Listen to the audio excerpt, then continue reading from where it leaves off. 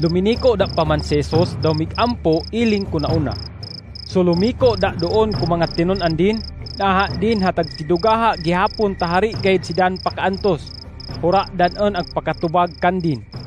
Doon hoy katulo ha pagliko din diya takandan inikagiyan din si Dan. Tagtidugaha kaw pa ba di ay? Pukaw kaon, tayan on ha ini panahon ha siak sa bata ho ataw.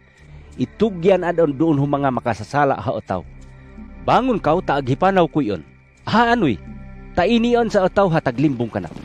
So kamulo pa si Jesus tag ikagi, nakaumaon sa sabuad doon taon na hasampulo daw darwahat tinunan din, haiyan si Judas, duma humadakkel ha mga utaw, hatag uuwit hu mga espada daw mga bunal, ta sinugo si Dan hu mga labaw ha sinaligan hu paghalad, daw hu mga manunudlo hu kasuguan, daw hu mga magulang.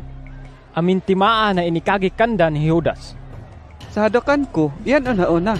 Amanda ko punoy dayon, daw itunoy, hapabantayan gayud.